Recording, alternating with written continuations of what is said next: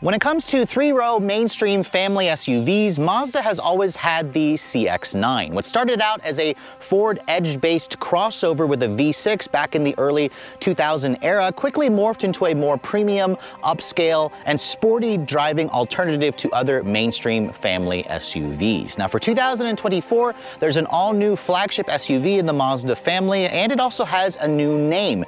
This right here is the brand new 2024 Mazda CX-90. It basically continues Mazda's assault toward moving into the premium space, and with two available powertrains, both of which are electrified, an all-new inline-six and an interior that would shame a lot of European rivals costing far more, this certainly has the specs to go head-to-head with some of Europeans' best luxury offerings. So we already had a chance to drive this vehicle briefly out in San Francisco. However, this week, as you can see, Mazda has loaned me the pinnacle of the family. This is a Turbo S in the Premium Plus trim. So for those of you who are looking for a three-row family-based SUV that offers a little bit more spunk and luxury without technically breaking the bank, how does the brand new 2024 CX-90 Turbo S stack up? Stay tuned to find out.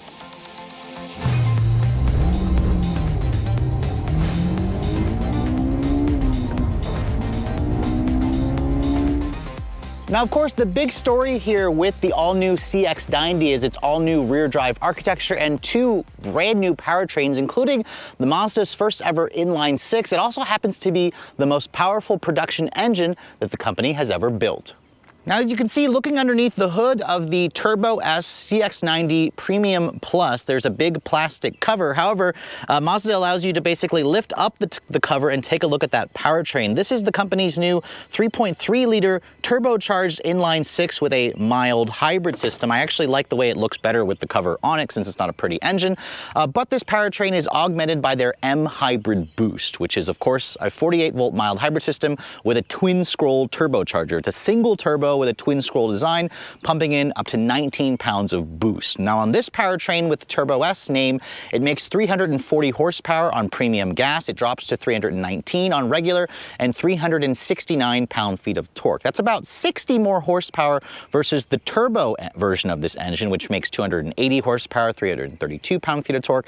The mild hybrid system adds 13 horsepower and 16 horsepower and 113 pound-feet of torque on its own, but it'll never combine the two. It essentially acts as a electric starter generator. It has a 0.33 kilowatt-hour lithium-ion battery pack, so it's a mild hybrid, not a full hybrid like what you'd get on the Toyota Grand Highlander, for example. And in terms of fuel economy, it's rated at 23 in the city, 28 on the highway. Premium is going to be recommended, of course, for that maximum 340 horsepower. It all goes out through an 8-speed automatic transmission. It's Mazda's own design. It's a new transmission. They replaced the torque converter with a wet clutch system, so it's a unique transmission. Mazda claims it's going to give you more direct and quicker shifts. In terms of performance, Mazda claims, I believe, 0 to 60 in 6.6 seconds from what I read. It has a top speed of around 130 miles an hour. It'll tow a maximum of 5,000 pounds, so that's an improvement over the old CX-9. And as this car sits, it weighs in at just under 4,900 pounds. It's a good 300 to 400 pounds heavier versus the old CX-9. And you can credit that, of course, to the additional sound deadening, the rear drive platform, and this all-new inline-six. There's also a plug-in hybrid, which has a little bit less power, but it'll do around 26 miles of electric-only range. We'll save that for a different review. But let's go ahead and close up the hood and talk about the exterior styling of the all-new CX-90. Now, I have to say, while this is a handsome-looking vehicle, I also view it as a somewhat of a missed opportunity for Mazda to completely go a different styling direction. The company's been using their Kodo design language for a few years now, and this essentially just looks like a redesigned CX-9. So again, a little bit of a missed opportunity for me. This Premium Plus trim is the highest trim. You can see it comes with a lot of these chrome accents, the Mazda signature 5-point grille. It kind of has this interesting chain-link fence look to the insert of the grille. You have the large Mazda logo there with the 360 camera. You can see there's some more chrome on the front splitter. And then the headlights, you can see you have a full adaptive LED headlight with LED low and high beams. You have LED daytime running lights. No fog lights. That's something the CX-9 had. This one doesn't have that. You can see it kind of has a dual stack design for the LED. But overall, let me know in the comment section below what you guys think of the design. What I really like about the CX-90 on the higher trims is the full paint finish. You can see the wheel arch trims, the front splitter, the side sills, they're all body colored with a lot of chrome. Now, I do wish Mazda would offer like a carbon package with blacked out accents. I suspect they're going to do that as the years go on to, showcase updates for this vehicle. Now you can see if you guys go for the Turbo S or if you go for the premium and up trims, you'll get these big 21-inch wheels, which the tire size 275 by 45 R21. These are among the biggest wheels you're going to find in the mainstream segment. This is pretty much rivaling, European luxury brands with the wheel size and the width of the tires. You have a 13.9-inch rotor in the front, 13.7 in the back. You have fully independent suspension, but no air suspension, no adaptive suspension, and you do have around 8 inches of ground clearance. So it does have fairly decent ground clearance. Again, I like the painted finish look to this vehicle. It kind of gives it more of like a tall wagon design. And then you can also tell this is the inline 6 from the little inline 6 fender badge here. If it's a PHEV, a plug-in hybrid, it'll actually say PHEV there as opposed to inline 6. Now moving around the side profile, this is a big vehicle, but it's deceiving because at just over 200 inches long, this is about an inch longer than the old CX-9. What Mazda did, however, is they increased the width by about an inch at 78.5 inches. The height is about the same, but the wheelbase is around 7.5 inches longer. So from the front wheel to the back wheel, it's now 122.6 inches long. That's among the biggest in the segment. That's going to give you theoretically more interior space or more of a rear drive proportion. You can see the hood is definitely longer looking to make room for that inline 6. And then you can see here the mirrors are power folding with integrated turn signals, painted with more chrome along there. You have these chrome roof rails. You have a standard panoramic sunroof, which goes into the second row, although I've seen bigger designs on some other competitors. And then moving around this profile here, this car is a good looking car. I just don't think it quite has that sporty upscale look that I think Mazda could have gone for. It just, again, looks like a redesigned version of the CX-9. Now moving around the rear, this is the most controversial angle of the new CX-90. Some people say this area here kind of looks like it has a big forehead. I kind of agree. I don't particularly love it. It reminds me a little bit of the Mazda 5, their old minivan. You can see taillights, full LED turn signal. It's got kind of like a skinnier design to the taillights. And again, it just looks very, very Mazda-esque in its design. You have an eSkyActiv G badge to show that this is an electrified mild hybrid. And then for a Turbo S trim, I'm surprised it doesn't have dual exhaust. I would have liked to see a dual exhaust system sticking out of the back. It's got those fake chrome pieces, which again, I think is a kind of a missed opportunity for Mazda. I know this is an electrified vehicle, but let's go ahead and fire it up. You can hear what that inline 6-cylinder sounds like.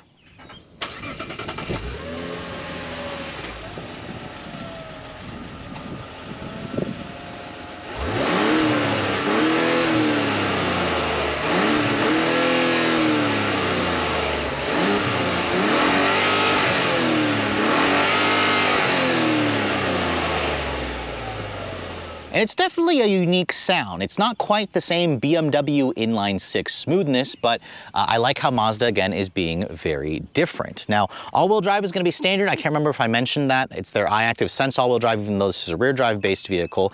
And then looking at the cargo area, you can see this is, again, where Mazda made improvements versus the CX-9, but it's still not among the best in the segment. You get just under 15 cubic feet of storage space here if you have the 3-person third row, just under 16 if you have the 2-person third row like my tester here. You can see a little bit of storage to the side. Underneath here, again, not much storage underneath here. There's a little bit, but I've seen vehicles like the Honda Pilot offer so much space you can store the middle second row seat underneath the floor. So that's, again, a missed opportunity for Mazda. You have a power outlet here and a household power outlet back here, which is nice. You can also fold down this the third row here. That expands the cargo to just under 40 cubic feet. And then when you fold down everything, Mazda says you get a maximum of 75 cubic feet of space. Again, that's a little bit more versus something like the old CX-9. However, competitors are going to offer between 10 to 20 cubic feet more. The new Grand Highlander offers like 98 cubic feet of total space. So that's something to keep in mind if you guys require maximum amount of cargo and people carrying capacity. And considering the fact that this is on the bigger end of the segment, Mazda didn't do a really great job in terms of the packaging for interior space. So that's something to keep in mind. So let's go ahead and move on to the interior of this Turbo S Premium Plus trim, which is the top of the line trim. Before we get inside, however, I want to show you guys the key fob. You can see this is Mazda's current key fob. It has your usual buttons on the side for lock, unlock, power liftgate, and panic. No remote start on the fob, but if you have access to the Mazda Connect app on your phone, I believe you should be able to start it up from there, although I'm not entirely sure about that, but you can access the vehicle through your smartphone. Now, the mirrors are power folding, which you can adjust, or you can set to fold the mirrors in when the vehicle is locked. Traditional door handle here, where it just pulls out, there's a little sensor pad there that locks the door. It also has Mazda's walk-away auto lock feature, where you can set it to basically lock the door as you walk the door, or as you shut the door and walk away. And then if you touch the back of the handle, you can see that will unlock the door for you. Now, my tester has a wonderful color combination. The rhodium white exterior is $600 extra. And then we have this tan premium quilted Napa leather interior, which is included on the Premium Plus trim. This is the only interior color combination that gives you the same tan colored two-tone look on the steering wheel, which again looks very Volvo-esque. It's very upscale looking. And I love the black and the tan two-tone with the quilted diamond stitching and the contrasting piping and such. The door panel, you can see, looks pretty impressive. You have the suede Alcantara here from the seats. You have this padded armrest here, although I will say that the foam could be a little bit thicker padding here. You kind of can easily go past that right into the hard area. You have this kind of aluminum look trim. Mazda also offers a white or a black interior that includes some wood look trim. Nice contrasting stitching here. The window controls, they feel pretty high quality. They are one touch for all four, which is nice. Soft touch injection molded plastic here, hard touch down here. And then my tester has the 12-speaker Bose stereo system, which is included with this trim. It sounds pretty good, although not quite as nice as some of the more upscale systems that I've heard in some of the competitors. The seats, you can see the front seats, the driver's seat is a 12-way power adjustment with two-person memory adjustment there. Or I'm sorry, two-person memory, but two-way lumbar. So it's technically a 10-way, I'm sorry. The driver's seat, or the passenger seat, is an 8-way power adjustment. No adjustable lumbar on the passenger.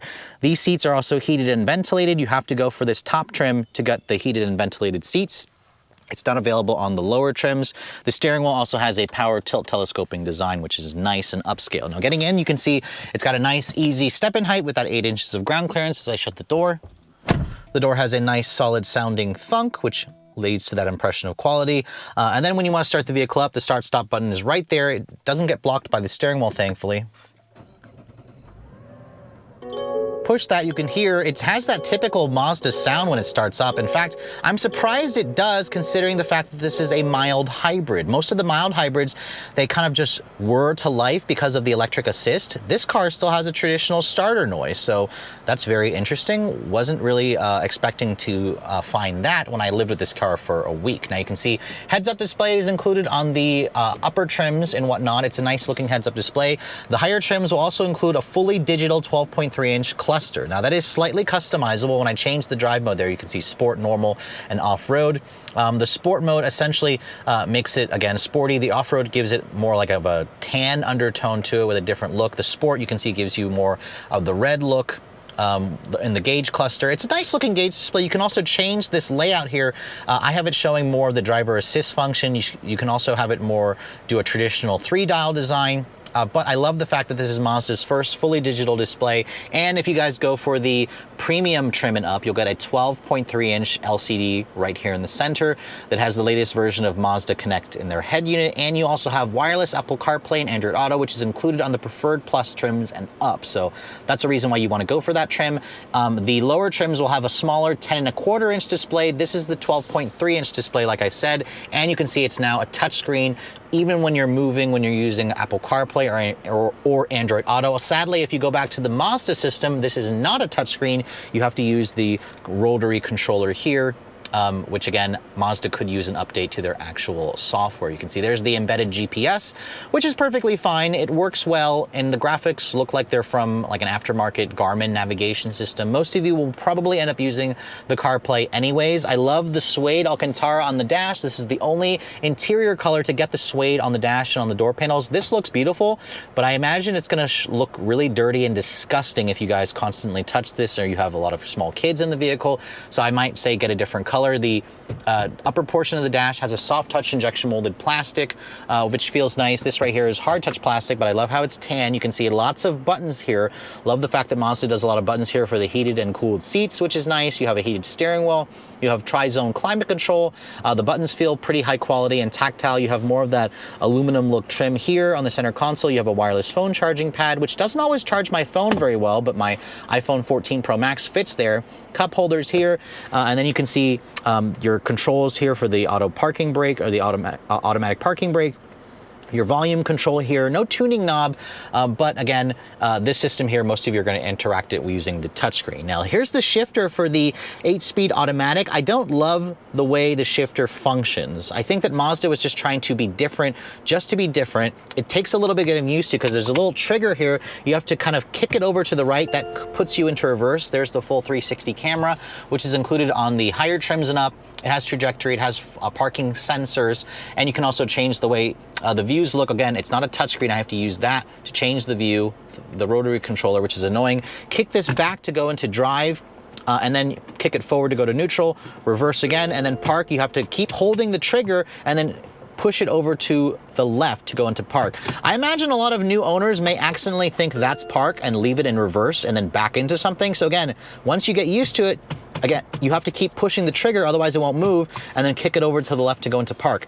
I did get used to it after a few times using it, but I just don't think that it was necessary. Mazda should have left well enough alone there. You can see this padded center console area where the storage area here is pretty shallow, actually. You have 2 USB-C charging ports, but not a lot of storage space in this car. That's where you're gonna find some competitors offer like 2-tier storage, dash storage, bigger cup holders, more storage. This car doesn't really offer that much in terms of storage. You have really nice, comfortable seats, which are heated and ventilated. The cooling function doesn't work extremely well, but the heating function works really nice. You have an auto-dimming rearview mirror here. Mazda does offer a digital camera rearview mirror for an extra $800, part of a dealer accessory. And then you can see here, panoramic sunroof, which goes into the second row of the vehicle. It has a power retractable shade, which is nice.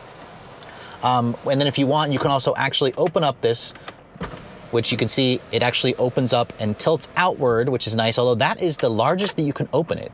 It actually only opens up basically halfway. That's pretty disappointing if I'm being honest here. In terms of the ambient lighting, there is a little bit of ambient lighting underneath the door panel there in the footwells and on the driver door panel, but Mazda doesn't allow you to change the color of the lighting. You can only just change the brightness. So I think that they also should have included some ambient lighting in the dash, which it doesn't have, aside from that and then that. So, and then the illuminated buttons over here. But overall, the interior definitely has an upscale vibe to it. Is it going to, make you think like you're in a European luxury car? Certain elements will. The tech is certainly much improved. The buttons and switchgear feel pretty nice. And it definitely feels like it's a step above versus other mainstream offerings like the new Pilot or the new Grand Highlander, for example. The fit and finish is pretty top-notch as well, although I didn't like some of the larger gaps over here, but that's kind of something of a personal taste. I think Mazda just designed it that way, but overall, it definitely feels like a really high-end interior that will wow a lot of you who are even coming from a luxury brand.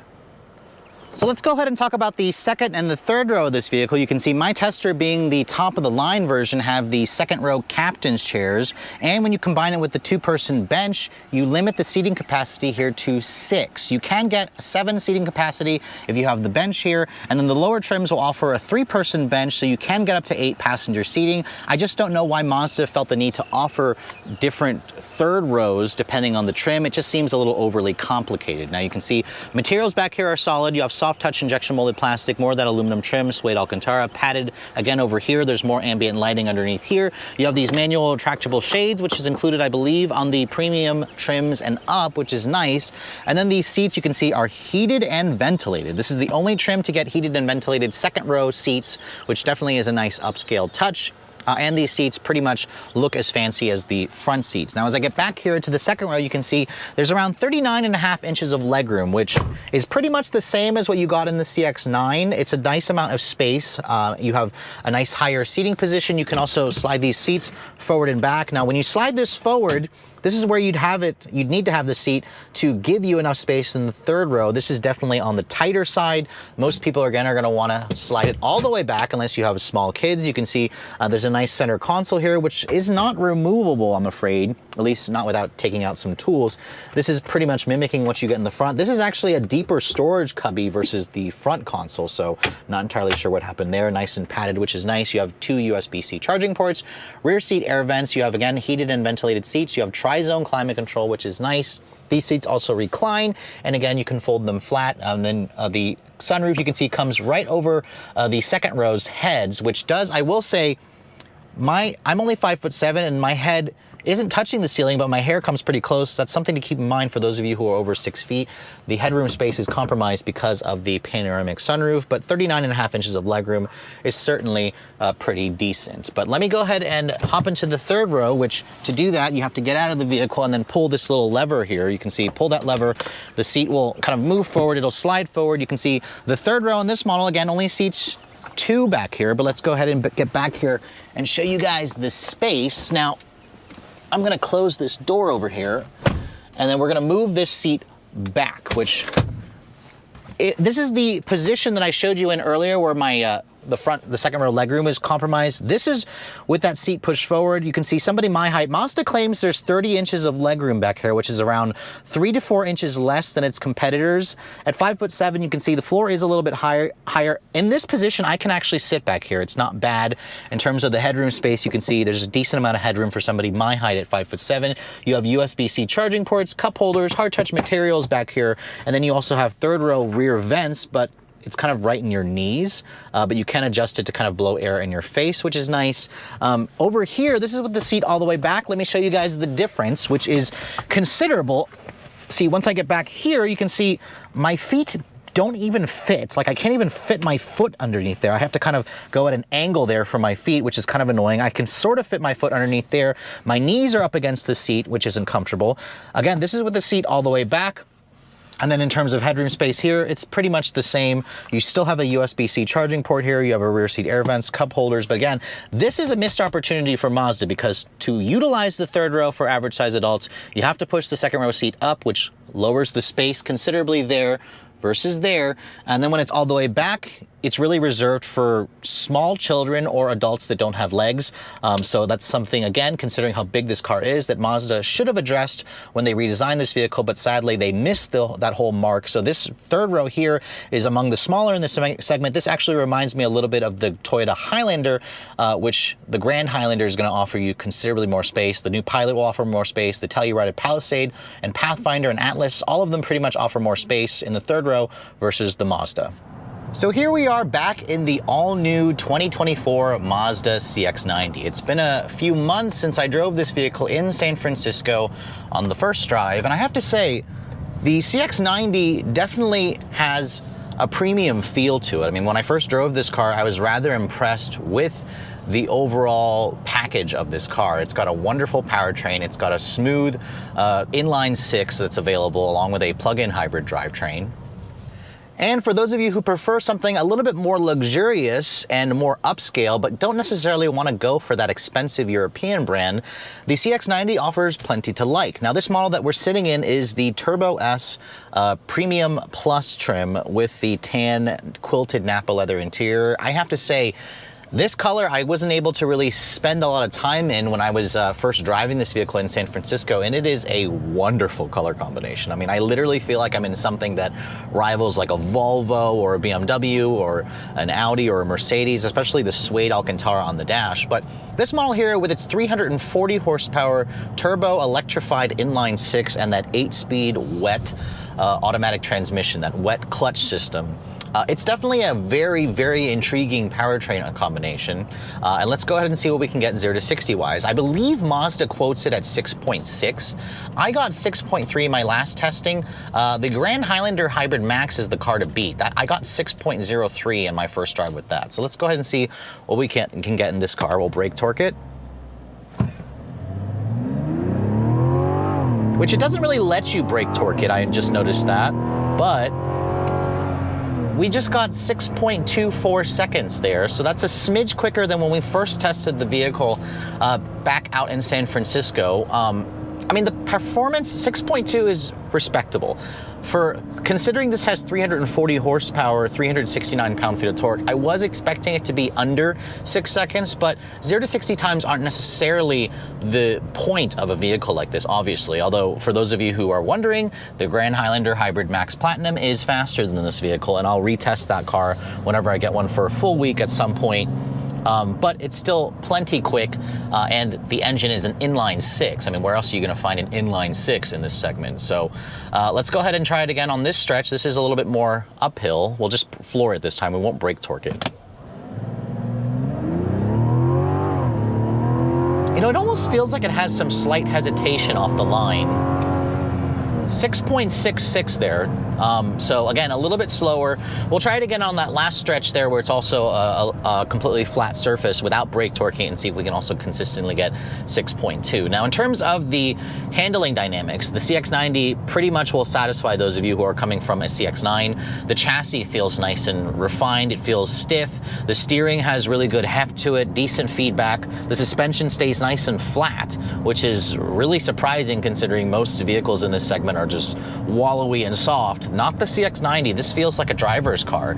And it also sounds like a driver's car. That engine, that 3.3 liter inline 6 is quiet and smooth.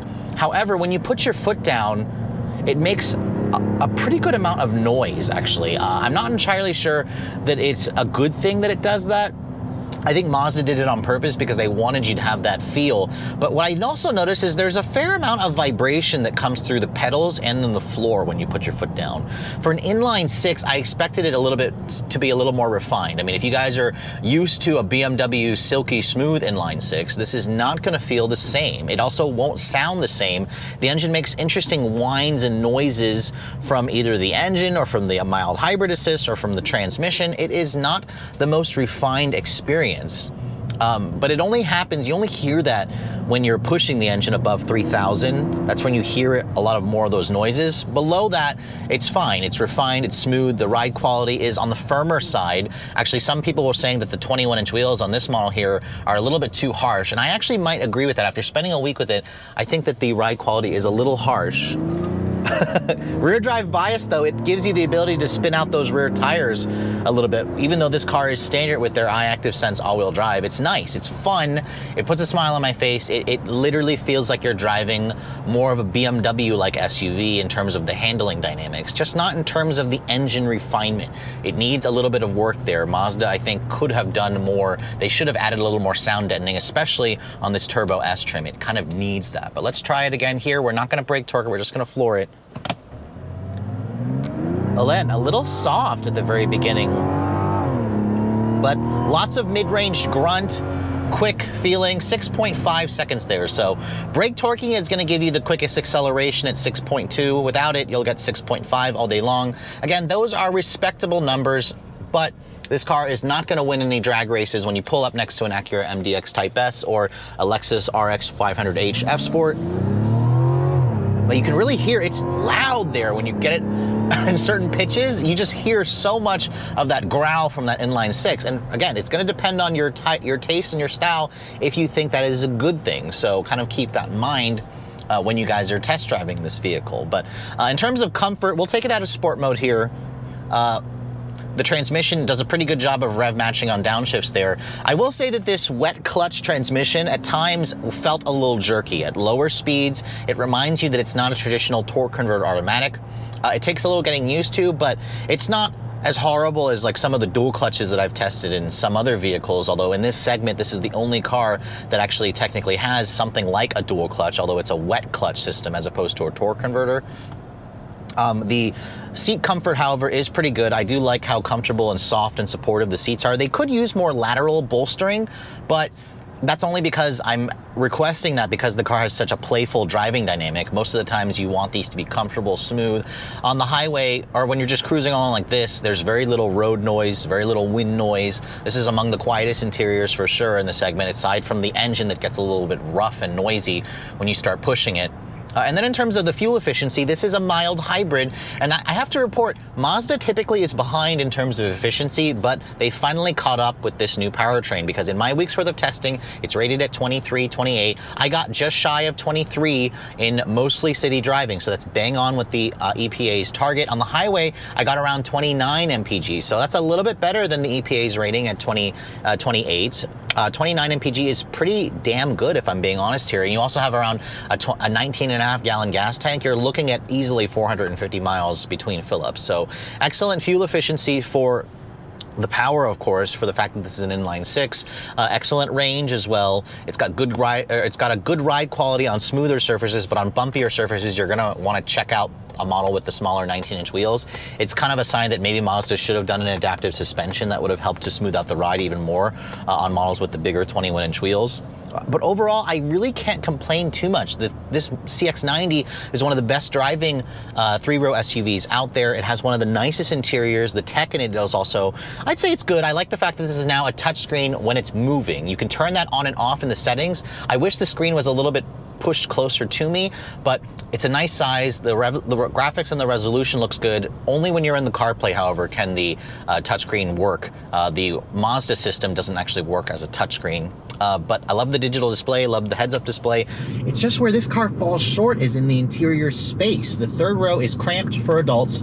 The cargo area is bigger than the CX-9, but still on the smaller side. The Grand Highlander is going to give you that.